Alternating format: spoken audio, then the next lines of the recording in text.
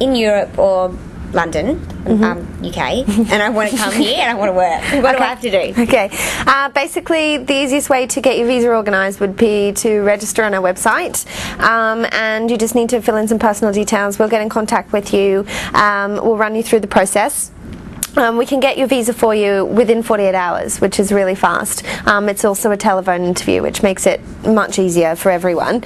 You need to be aged between 18 and 30 to be eligible, and you also need to have access to at least 5,000 Australian dollars. Okay, so first of all, what's your website? Our website is www.visafirst.com. Alright, so I go to the website and I find out and register there. Yep, definitely. So what do you just mean by register. register? Okay, we just need your name, contact details, when you're planning on going to Australia, and then you just click send, and then within 24 hours a Visa First representative will give you a call, run you through the rules and the regulations of the visa, and if you're ready to go, they can give you the interview and we'll have it for you within 48 hours. Okay, 48 hours is great. It's really fantastic, definitely. And what's the sort of the interview that you guys conduct? The interview's, not strenuous. It's nothing to be scared of. We just run through whether you've worked in Australia before, your age, whether you have any children. We run through your passport details, check to see that your passport's still valid, that sort of thing. Okay. Get you completely organised to make sure you get the visa, no problems. Okay. So it's really important that you get it organised before you come. So you certainly can't arrive in Australia and apply once you get here. You need to do it before you leave. Induction Kickstart package thing. Okay, so the Kickstart pack gives you sort of a great start in Australia. We provide you with an airport shuttle service straight from the hotel, straight to your accommodation in Sydney, which makes it really easy. Taxis can be quite expensive, that sort of thing. The airport shuttle that picks you up will know exactly where you're going. We sort of ferry our customers back and forth all the time, so they know which hostel you're going to. We work with 2 of the major hostels in Sydney and 1 major hostel in Melbourne. The accommodation's great, really fun atmosphere, that sort of thing, and it's nice and clean too, so we're not sending you somewhere grubby. With the accommodation, you get your first 2 nights, and you also get 2 free breakfasts, so you have breakfast both mornings. So if you're on a budget, that's a massive help. You can stuff yourself at breakfast and then skip lunch if you need to. The accommodation's really close to our office too, so you can go to your hostel, dump your bags, come straight in and see us and get organised for an orientation.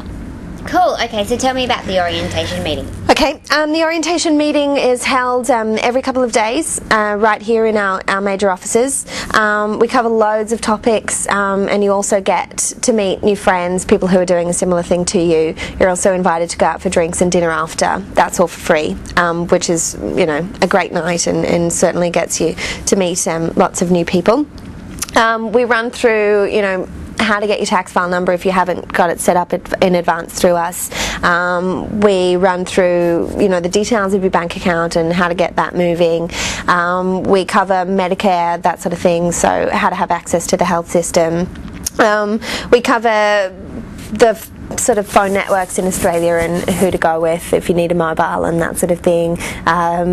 We also cover things for the end of your trip, so getting your tax back at the very end, so the forms that you need to collect from each employer, that sort of thing. We also run through where to live, where not to live, so the good parts of Sydney, the not so good parts of Sydney, how to avoid being ripped off by estate agents and landlords and that sort of thing. And we also give you tips on the best places to visit and the best places to go out and the best places to do grocery shopping or grab a cheap bite to eat of an evening, cinemas, entertainment, night spots, that sort of thing. Okay, so really settling people in before Absolutely. they have to try and find it out the hard way. Definitely, definitely.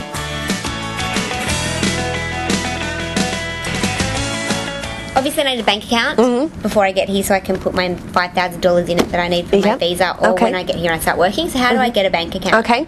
The easiest way to do it would be to register on our website. That way you can just fill in your details, your contact details. We'll get in contact with you via phone or email, however you like, depending on where you are. We'll need you to fill out a quick form and send a copy of your ID by post to either our Dublin office or our London office. Okay, not Sydney? No, it's sort of, you could send it to Sydney. You know, if you were in Thailand and you wanted to get it to us quickly, you could certainly send it to us in Sydney. Not a problem. It's an option. But yeah, absolutely. Right. So you would send it to our offices in Europe, and then the Visa First representatives would get in contact with you and let you know that what we've received is all fine and that we're lodging you for a bank account. You would then receive your bank account details 5 days after that via email. Oh, right. Okay. And where do I get my EFTPOS card? EFTPOS card, okay. The best way to do that would be to arrive in Sydney, activate your account by showing ID to the bank officials. Do I just stop here first to know which bank to go to, or you would just send No, we would give you all that information. So you wouldn't need to, you could arrive in Melbourne or arrive in Perth, and you could certainly get... And go to your bank and say, absolutely, I have an account here, this is my ID. Yeah, they'll activate it for you. They will then ask you for an address to have your ATM or EFTPOS card sent to. If you're in Sydney, you can certainly elect to have it sent to our office, so it's nice and safe. But if you have, a hostel address or a residential address, you can have it sent there too. Okay, or even if I landed in Melbourne or something and I knew I was coming to Sydney, I could get the card sent to me, but and still pick it use up. my passport. Definitely. In other cities. Definitely, you can just present your passport at the bank and you can withdraw, however much you need from the minute you land, basically. Not a problem at all. Okay. So what information do you need from me while I'm still in London or Europe or... Okay. In order to set up the bank account, all we need you to do is fill out that quick form and provide some sort of ID, whether it's a copy of your passport, copy of your driver's licence, and we'll give you your account details within 5 days via email, and then you can start transferring money across to Australia, so you'll have access to money straight away. Oh, that's a good idea. So if I'm still working in my hometown or whatever, I can start putting money aside in my Australian account. Yeah, definitely. And it will be ready for when I get here. Definitely. How much does the bank account cost? Okay, what you're best to do is jump onto our website, full list of products, and you can have a look at the prices in your currency and that sort of thing. Oh, okay, that's a great idea. Phone number is something that you need when you're working in Australia. How do you get it, and what is it? Okay. How it works is that we can provide you with a tax saver pack, which gives you your tax file number to begin with, and then also helps you get your tax return at the end of the year. Oh, and just say tax file number is equivalent to national insurance number, PPS number. So if you want to work in Australia, you're definitely going to need one, or else you'll be effectively working illegally. So basically all we'll need from you is personal details. A lot of the information we'll already have from your visa processing anyway, and we'll just need to clarify your passport details as for whether you've ever worked in Australia before and those sort of basic questions. And then we'll need your arrival date in Australia, and then once you've arrived we'll certainly get things moving, and then you'll have one within 10 days.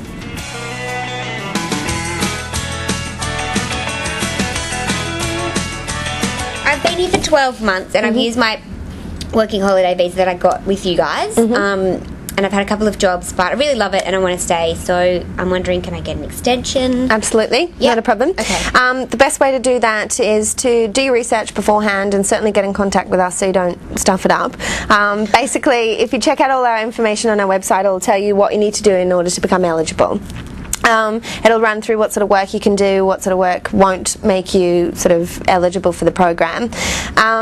We also issue you with a harvest guide, which gives you information on the work that you can do, whereabouts in Australia, and at what time of the year. Okay, so hang on. I've worked for 12 months, but to get my extension, I actually need to go and do 3 months worth of harvest work or seasonal work. Yeah, absolutely. So it includes fruit picking, it includes pearling, working in vineyards, that sort of thing. And you can make a bit of money doing that, can't you? Absolutely. So I can still make money. And does the 3 months actually have to happen within the 12-month visa? Yes, it does. Yeah, it does. Okay. So it needs to be 3 months out of your first 12-month visa. So you have to be aware that you're going to want to stay another 12 months. Absolutely. So you need to think about that. So that's why it's a good idea, and we bring it to your attention before you sort of arrive in Australia for the first time, so you can have that in mind. So you don't get to a point where you're not, you just can't do it because you've run out of time. Because you've run out of time. All right, and so this is the book that I get with you guys once I've sort of said to you, yep, definitely want to stay, come back into your office, run through the visa process again. Yep. And this just gives you, as you were saying, lots of details. Lots of advice. Pick fruit. Definitely, because the biggest mistake people make is that they think they're doing work which will make them eligible when in fact they're not. So they get to the point where they submit their application and then they find out that, they're not in fact eligible, and they had their heart set on staying for another 12 months, and you know. How can they not be eligible? Well, basically it needs to be work that's either done on a harvest, or you know, it needs to be seasonal work, and it needs to be in areas of Australia where they struggle to find people to do the job.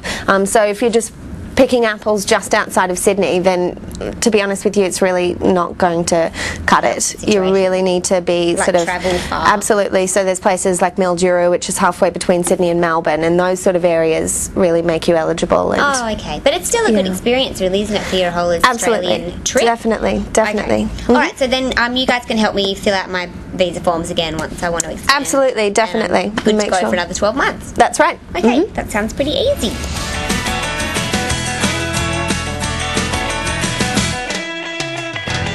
How do I find out about prices for visas, visa extensions, fruit picking, taxes? Okay, the best way to do it to get the most up-to-date prices would be to visit our website, which is www.visafirst.com, and it'll have a full list of the products we provide and the sort of services we can give you, and prices are right beside that. Okay, great. Easy. Thank you. Excellent. That's fine.